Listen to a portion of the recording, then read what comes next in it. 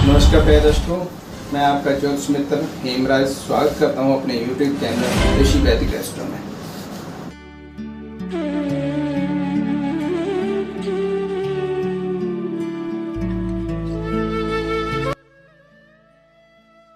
दोस्तों, यदि आप अपने जन्म कुंडली बनवाना चाहते हों या जन्म कुंडली का संपूर्ण विश्लेषण करवाना चाहते हों या ग्रह दशाओं के बारे में संपूर्ण जानकारी चाहते हों या कुंडली मिलान करवाना चाहते हों या किसी भी तरह के शुभ मुहूर्त इत्यादि की जानकारी चाहते हों तो आप मुझे मेरे व्हाट्सएप नंबर या मोबाइल नंबर 9816629776 पर मुझे संपर्क कर सकते हैं।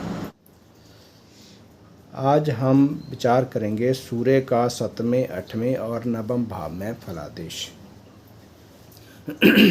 आप अपने कुंडली में देखें कि सूर्य आपका अगर 7वें, 8वें या 9वें भाव में है तो ये वीडियो आज आपके लिए बहुत ही उपयोगी होने वाला है। हम पहले जान लेते हैं कि 7वें भाव में किन किन बातों का विचार किया जाता है। तो 7वें भाव से कुंडली के 7वें भाव से स्त्री, विवाह, व्यापार, साझेदारी, पति पत्नी का रंग, रूप, गुण, स्वभाव, दीवानी मुकदमे और विचार इत्यादि, प्रेम इत्यादि का भी विचार यहाँ से किया जाता है। चरित्र इत्यादि की जानकारी भी हमें इसी भाव से प्राप्त होती है। तो अगर किसी की कुंडली में 7वें भाव में सूर्य हो, किसी की कुंडली में अगर 7वें भाव में सूर्य हो तो ऐसे जातक को स्त्रियों के माध्यम से हानि या बदनामी होने की संभावना होती है। जातक के विवाह में विलंब होता है, वैवाहिक जीवन में परेशानी होती है। सूर्य 7वें भाव में अच्छी स्थिति में होने पर पति का प्यार और सहयोग अच्छा प्राप्त होता है। सूर्य 7वें में अशुभ स्थिति में होने से पति पत्नी में टकराव, विवाद इत्यादि होने की संभावना रहती है। सूर्य के 7वें भाव में स्थित होने से पति पत्नी में अलगाव व अनबन भी होने की संभावना रहती है। सूर्य 7वें भाव में होने से जातक के संगति और मन में जो है चिंता इत्यादि, उनके उद्वेग वगैरह इत्यादि का जो है रहता है, निर्माण होते रहते हैं। उसके मन में जो है चिंता से बनी रहती है। तो सूर्य 7वें भाव में होने से जातक जो है एक तो कठोर होगा, स्वाभिमानी होगा, क्योंकि सूर्य की 7वें दृष्टि लगन पे जाती है। तो सूर्य की 7वें दृष्टि कहाँ जाती है? लगन पे। 7वें भाव में होने से, सूर्य की 7वें दृष्टि लगन में होने से व्यक्ति जो है कठोर और प्रभावशाली होता है और किसी के दबाव में आकर वो कभी भी कार्य नहीं कर सकता।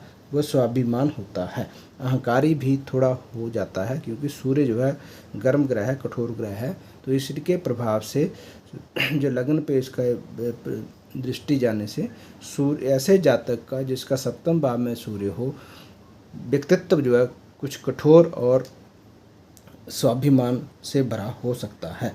तो 7वें दृष्टि लगन पे होने से ऐसा आदमी अहंकारी भी हो जाता है, राजमान्य भी होता है और प्रतिभाशाली भी होता है, क्योंकि सूर्य राजाओं का राजा है, समस्त ग्रहों का राजा माना जाता है। तो ऐसा व्यक्ति जिसका सूर्य 7वें भाव में हो तो ऐसा व्यक्ति राजमान्य भी होगा और प्रतिभाशाली भी होगा और सफल भी होता है। ये सारी चीज़ें जो हैं ये निर्भर करती है कि सूर्य का जो है किस राशि में बैठा है, सूर्य की स्थिति किस प्रकार की 7वें भाव में है। तो जैसा कि आप जानते हैं सूर्य की 100 राशि है, 5 नंबर की गिनती। सिंह राशि में सूर्य जो है 100 राशि का होता है। 1 नंबर की गिनती मेष राशि में सूर्य जो है, जिसका स्वामी मंगल होता है, सूर्य उच्च का होता है। 7 नंबर की गिनती तुला राशि, जिसका स्वामी शुक्र होता है, इसमें सूर्य नीच का हो जाता है। सूर्य की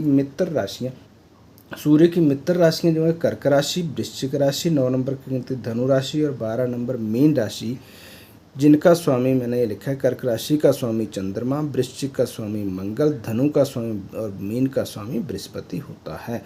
ये सूर्य की मित्र राशियाँ होती हैं। तो सूर्य अगर 7वें भाव में मित्र राशि में बैठा हो तो ऐसा व्यक्ति सूर्य के प्रभाव से व्यवसाय में जो है सफल होता है। पति पत्नी का सुख जो है उसे पूर्ण मिलता है। सप्तम भाव में यही सूर्य अगर शत्रु राशियों में हो, तो शत्रु राशियाँ सूर्य की कौन कौन सी हैं? वृष राशि 2 नंबर की गिनती जिसका स्वामी शुक्र है, 3 नंबर की गिनती मिथुन राशि जिसका स्वामी बुध है, 6 नंबर की गिनती कन्या राशि स्वामी बुध है, 10 नंबर मकर राशि, 11 नंबर कुंभ राशि जिनका स्वामी शनि होता है। अगर सूर्य इन राशियों में सप्तम भाव में हो, जो शत्रु राशियां हैं 2, 3, 6, 10 और 11 नंबर की गिनती में अगर सूर्य सप्तम भाव में बैठा होगा तो ऐसे जातक को पति पत्नी के सुख में न्यूनता आएगी और व्यापार में भी, व्यवसाय में, साझेदारी में उसे सफलता नहीं मिलती है। सप्तम भाव में अगर ये सूर्य शत्रु राशि में होता है तो ऐसा व्यक्ति को जो है स्त्रियों के द्वारा बदनामी होने का भी या स्त्रियों के द्वारा जो है किसी तरह का अपमानित होने का भी भय रहता है। सूर्य सप्तम भाव में अगर स्वराशि राशि 5 नंबर की गिनती में हो तो ऐसा जातक जो है सुखी होता है, उसका वैवाहिक जीवन सुखी होता है, साझेदारी भी उसकी अच्छी चल जाती है। यदि यही उच्च राशि का सूर्य 1 नंबर की गिनती में अगर सप्तम भाव में हो तो ऐसा जातक भी हर प्रकार से स्त्री सुख या पति का सुख, स्त्री जातक की अगर कुंडली है तो पति का सुख से प्राप्त होता है, पुरुष जातक की तो स्त्री का सुख से, पूर्ण सुख से प्राप्त होता है और जातक ईमानदार व धनी होता है। अगर यही सूर्य सप्तम भाव में उच्च का होता है तो ऐसे जातक को साझेदारी से भी जो है फायदा होता है, साझेदारी करता है अगर ऐसा व्यक्ति तो उसको भी लाभ होता है। लेकिन यही सूर्य अगर अपनी नीच राशि शुक्र की राशि तुला राशि में अगर हो तो ऐसे जातक को वैवाहिक जीवन पर बहुत बुरा असर पड़ता है। पति पत्नी में कलह क्लेश तनावपूर्ण जिंदगी बनी रहती है और जातक को कई बार जो है स्त्रियों के द्वारा भी या किसी भी प्रकार से अपमानित होने की संभावनाएं अधिक बनी रहती हैं। तो ये था सूर्य का सप्तम भाव में होने का फलादेश। अब सूर्य अगर अष्टम भाव में, किसी भी कुंडली का अष्टम भाव हमेशा यही रहेगा कि सूर्य अगर अष्टम भाव में हो तो हमें क्या फलादेश मिलता है। जानते हैं पहले तो अष्टम भाव से हमें किन किन चीज़ों का विचार किया जाता है। कुंडली के अष्टम भाव से मृत्यु, पुरातत्व वस्तुएं, जो खुदाई के वस्तुएं हैं उनमें उनका ये भाव होता है, उनका इस भाव से पता चलता है। आयु, व्याधि, मृत्यु इत्यादि, मानसिक चिंता का, समुद्र यात्रा और गुप्त, किसी भी जातक के गुप्त अंग, उनका भी अंडकोश इत्यादि का भी इसी भाव से पता चलता है। अपघात, कोई भी अपघात करे, यानी कि जिसको कहते हैं अपघात करे, संकट, मृत्यु तुल्य कष्ट इत्यादि भी चीज़ों की जानकारी हमें अष्टम भाव से ही प्राप्त होती है। तो सूर्य अष्टम भाव में होने से जातक झगड़ालू होगा स्वभाव का और खर्च अधिक करने वाला होता है। जातक कामी, अस्थिर विचार बोलने वाला एवं बतूनी ज़्यादा बातें करने वाला होता है। अष्टम भाव में सूर्य होने से ऐसे जातक को वृद्धावस्था में दरिद्रता आने की भी संभावना बनी रहती है। अष्टम भाव में अगर सूर्य हो तो ऐसे जातक को विदेश यात्रा होने की भी संभावना बनी रहती है, क्योंकि ये अष्टम भाव जो है जल मार्ग से विदेश यात्रा करने का भी होता है। सूर्य अष्टम भाव में होने से जातक को हृदय संबंधी रोगों के भी होने की संभावना होती है और मृत्यु तुल्य कष्ट भी हो सकते हैं। अष्टम भाव में जातक सूर्य होने से जातक प्रसिद्ध होता है। वह झगड़े इत्यादि, लड़ाई झगड़े करने में चतुर होता है। बोलते ना, कोई अगर लड़ाई झगड़े करने वाला कोई बंदा ढूंढो तो अगर ऐसा व्यक्ति मिल जाए ना जिसका सूर्य अष्टम भाव में है तो ये झगड़े करने में, लड़ाई झगड़ा करने में बहुत माहिर होता है। ये अच्छी बात नहीं है, लेकिन कहने का मतलब ये चीज़ जो है, ऐसा प्रभाव सूर्य का अष्टम भाव में होने से फल जो है देखा गया है। तो जैसे ये नाश का भाव है, अष्टम भाव में अक्सर फल जो है अशुभ ही प्राप्त होते हैं सूर्य के अष्टम भाव में होने से, ऐसा माना जाता है। सूर्य जो है कि अष्टम भाव में होने से सप्तम दृष्टि, यहाँ के सूर्य की सप्तम दृष्टि कहाँ जाएगी? धन भाव पर। धन भाव पर अष्टम दृष्टि धन भाव पर जाने से सूर्य जिसके अष्टम भाव में होगा वो जातक जो है फालतू के खर्चे बहुत करेगा, मतलब खर्चीला होगा। पूर्ण दृष्टि धन भाव पे होने से व्यक्ति जो धन का नाश करता है, फालतू के धन में जो है फालतू के खर्चे जो है धन के करता है। और ये आँख का भाव भी होता है, जैसे पहले बता चुका हूँ, यहाँ से आँख का भी देखा जाता है। कुटुंब को भी देखा जाता है। तो सूर्य का जो है अष्टम भाव में होने से, इसकी सप्तम दृष्टि द्वितीय भाव में होने से आँखों की रोशनी में भी प्रॉब्लम हो सकती है। जातक को आँखों के रोग भी होने की संभावनाएं अधिक होती हैं। और कुटुंब में जो है अनबन सी बनी रहती है। कुटुंब में गर्माहट जो है हमेशा परिवार में बनी रहती है, ऐसा देखा गया है।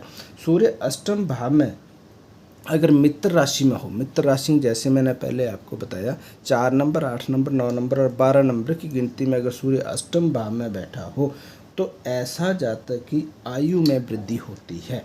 सूर्य अगर अष्टम भाव में शत्रु राशियों में हो, 2 नंबर, 3 नंबर, 6, 10 और 11 नंबर की गिनती में अगर अष्टम भाव में सूर्य होता है तो ऐसे जातक को आयु पर संकट कभी भी आने की संभावना होती रहती है। ऐसा जातक हमेशा चिंता करता रहता है, मतलब चिंता में ही परेशान रहता है। तो सूर्य अष्टम भाव में अगर यही स्वराशि 5 नंबर की गिनती में हो जाए तो ऐसे जातक की आयु में वृद्धि होती है तथा जातक निडर और बहादुर और स्वाभिमानी होता है।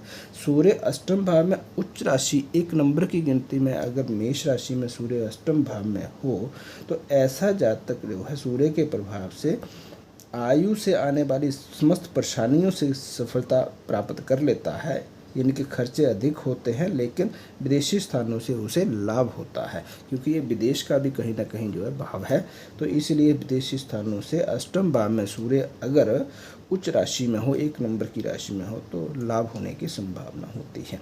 सूर्य अष्टम भाव में नीच राशि तुला राशि में होता है अगर अष्टम भाव में, तो कठिनाइयों से संघर्ष पूर्ण जीवन बिताना पड़ता है आदमी को। जातक की आयु पर भी कभी कभी संकट आने की संभावनाएं अधिक बनी रहती हैं। तो ये आज हमने जाना कि अष्टम भाव में सूर्य अगर किसी भी जातक की कुंडली में हो तो हमें क्या फल प्राप्त होता है। आगे हम देखते हैं कि सूर्य अगर नवम भाव में किसी जातक की कुंडली में बैठा हो तो हमें उससे क्या फल प्राप्त होते हैं। सूर्य अष्टम भाव में, नवम भाव से हम क्या देखते हैं, नवम भाव से धार्मिक यात्राएं देखते हैं। ये पिता का भाव भी है, पिता का भाव है। भाग्य देखते हैं, भाग्योदय देखा जाता है। शील, धर्म, प्रवास, तीर्थ यात्रा, दान, गुरु, पुण्य, कर्म, धार्मिक वृत्तियाँ इत्यादि, ईश्वर भक्ति इत्यादि की बातों के बारे में हमें जानकारी मिलती। नवम भाव में अगर सूर्य भाग्य स्थान पर यदि सूर्य जो है होता है तो ऐसा जातक जो है तपस्वी कह लो, योगी कह लो, धर्मात्मा होता है, साहसी भी होता है। सूर्य नवम भाव में होने से जातक जो है सच बोलने व दूसरों की सहायता करने के लिए हमेशा तत्पर रहता है। सूर्य को तपस्या का कारक माना जाता है ना, इसीलिए नवम भाव में सूर्य होने से जातक ईश्वर, साधु, संतों का भक्त होता है। जातक योगी, तपस्वी तथा ध्यान करने वाला हो सकता है। नवम भाव में सूर्य स्थित होने से जातक को धन का सुख मिलता है। ऐसा जातक देवी देवताओं, ब्राह्मणों यानी कि ज्ञानियों, गुरुजनों की सेवा करने वाला, आदर सत्कार करने वाला होता है। सूर्य के नवम भाव में प्रभाव से जातक समस्त गुरुजनों का और मैं श्रद्धा रखने वाला होता है। मतलब ये नहीं है कि कहीं भी किसी को, ऐसा आदमी जो ऐसा कह सकते हैं धर्मात्मा होता है। ऐसा आदमी एक धर्मात्मा, ज्योतिष में शुभ स्थान जो है नवम भाव को माना गया है। नवम भाव भाग्योदय का होता है, भाग्य का स्थान होता है। तो ये धर्म का भी त्रिकोण है। धर्म त्रिकोण होते हैं, मैंने पहले भी बात करी थी। धर्म त्रिकोण, धर्म अर्थ काम, 4 पुरुषार्थ जो है ज्योतिष में बताए गए हैं। तो धर्म अर्थ काम मोक्ष, धर्म अर्थ काम मोक्ष, धर्म अर्थ काम मोक्ष। तो ये धर्म त्रिकोण लगन और पंचम भाव और नवम भाव ये धर्म त्रिकोण होते हैं। तो धर्म त्रिकोण में जो है अगर सूर्य तो धर्म का कारक ही है। तो सूर्य अगर नवम भाव में हो तो ऐसा व्यक्ति जो है सूर्य के प्रभाव से धार्मिक वृत्ति वाला तो होना स्वाभाविक ही है। तीर्थ यात्राएं भी करने वाला होता है, समय समय पर तीर्थ यात्राएं होती हैं। ऐसा जातक जो है दीर्घायु होता है। नवम भाव में जो अगर सूर्य होता है तो सामाजिक संस्थाओं से, जैसे किसी भी तरह की जो सोशल संस्थाएं होती हैं, धर्म गुरुओं की संस्थाएं होती हैं, इसी संस्थाओं से व्यक्ति जुड़ा होता है। मंदिर निर्माण इत्यादि में वो बढ़ चढ़कर हिस्सा लेता है। किसी जगह मंदिर बने तो वहाँ धन लगाने की जरूरत है, बढ़ चढ़कर हिस्सा लेता है। ऐसा जातक जो है बड़े लोगों, उद्योगपतियों तथा सरकारी अधिकारियों से ऐसे व्यक्ति को लाभ होता है। पिता से भी ऐसे व्यक्ति को लाभ होता है। सूर्य के प्रभाव से जातक जो है ज्योतिषी भी हो सकता है। अगर आपकी कुंडली में सूर्य नवम भाव में है या नवम भाव पर दृष्टि भी है तो भी ऐसा व्यक्ति जो है ज्योतिषी भी हो सकता है। अब सप्तम दृष्टि सूर्य की नवम भाव में होने से यहाँ आएगी तृतीय भाव पे। तीसरे भाव पे यहाँ दृष्टि होने से सूर्य की पूर्ण दृष्टि नवम भाव में बैठकर सप्तम दृष्टि जो तृतीय भाव में पड़ती है। इससे जो जातकों के छोटे भाई बहनों को कष्ट होता है और ऐसा जातक जो है पराक्रमी होता है। ये सब चीज़ें जितनी मैंने आपको बताई ये सूर्य की स्थिति के ऊपर निर्भर करती है कि सूर्य हमारा नवम भाव में किस स्थिति में है। वो शत्रु राशि में है, अपनी उच्च राशि में है, मित्र राशि में है या कहीं नीच राशि में है। ये सभी चीज़ें जो हैं, फल जो हैं, इन चीज़ों पर निर्भर करते हैं। तो सूर्य अगर नवम भाव में मित्र राशि में हो तो मित्र राशि में सूर्य के नवम भाव में होने से ऐसा जातक धर्मात्मा, भाग्यशाली, न्यायवादी, दयालु और दानी होता है। सूर्य अगर मित्र राशि है तो मैंने बताया 4 नंबर, 8 नंबर, 9 नंबर और 12 नंबर की गिनती, इनमें अगर सूर्य होता है तो अच्छा फल प्राप्त होता है। व्यक्ति धर्मात्मा होगा, भाग्यशाली, न्यायवादी होगा, दयालु होगा। ठीक है। अगर सूर्य जो है यही शत्रु राशि में हो शत्रु राशि में हो तो कठिन परिश्रम के बाद ये चीज़ें प्राप्त होती हैं। धर्म का पालन नहीं करता है ऐसा इंसान, जो धर्म के थोड़ा विरुद्ध चलता है, अगर ये शत्रु राशि में 2, 3, 6, 10, 11 नंबर की गिनती में सूर्य नवम भाव में होगा तो धर्म का पालन करने वाला नहीं होगा और भाग्योदय में भी अड़चनें समय समय पर आती रहेगी। सूर्य अगर अपने स्वराशि 5 नंबर की गिनती में होगा तो जातक भाग्यशाली होगा, धर्म का पालन करने वाला होगा। सूर्य अगर उच्च राशि मेष राशि में होगा नवम भाव में तो ऐसा जातक को जो है भाग्य की प्रबल शक्ति प्राप्त होगी, मतलब पूर्णतः भाग्य उसका साथ देगा। अगर उच्च राशि में सूर्य होता है जातक ईश्वर पर विश्वास रखने वाला, भाग्यवान, धार्मिक तथा धनी भी होता है। सूर्य नवम भाव में अगर अपनी नीच राशि तुला राशि में हो गया, शुक्र की जो राशि है इसमें अगर सूर्य नवम भाव में बैठा हो तो ऐसे जातक को मतलब भाग्य में कमी जो है वो देखने को मिलेगी। भाग्य उजागर होने में, भाग्य का साथ जो है मिलने में बहुत ज़्यादा दिक्कतें आती हैं। वह धर्म का भी पालन नहीं कर सकता, ना कर नहीं पाता है, कहीं ना कहीं परेशानियों का उसको सामना करना पड़ता है। तो आज हमने जाना कि सूर्य का सप्तम, अष्टम और नवम भाव में क्या फलादेश होता है। आप अपनी कुंडली निकाल के इस चीज़ को देख सकते हैं। अगर सूर्य आपकी भी कुंडली में इन भावों में से कहीं बैठा है तो आप इन चीज़ों को अपने ऊपर जो है समझें, अपने कुंडली के फलादेश को समझें और जानें। उम्मीद है ये जो जानकारी आज आपको दी ये आपको अच्छी लगी होगी, रोचक लगी होगी। यदि ये जानकारी आपको अच्छी लगी होगी तो कृपया मेरे इस वीडियो को लाइक करें, शेयर करें, कमेंट करें और मेरे चैनल को सब्सक्राइब करें। जय श्री राम, जय श्री कृष्ण।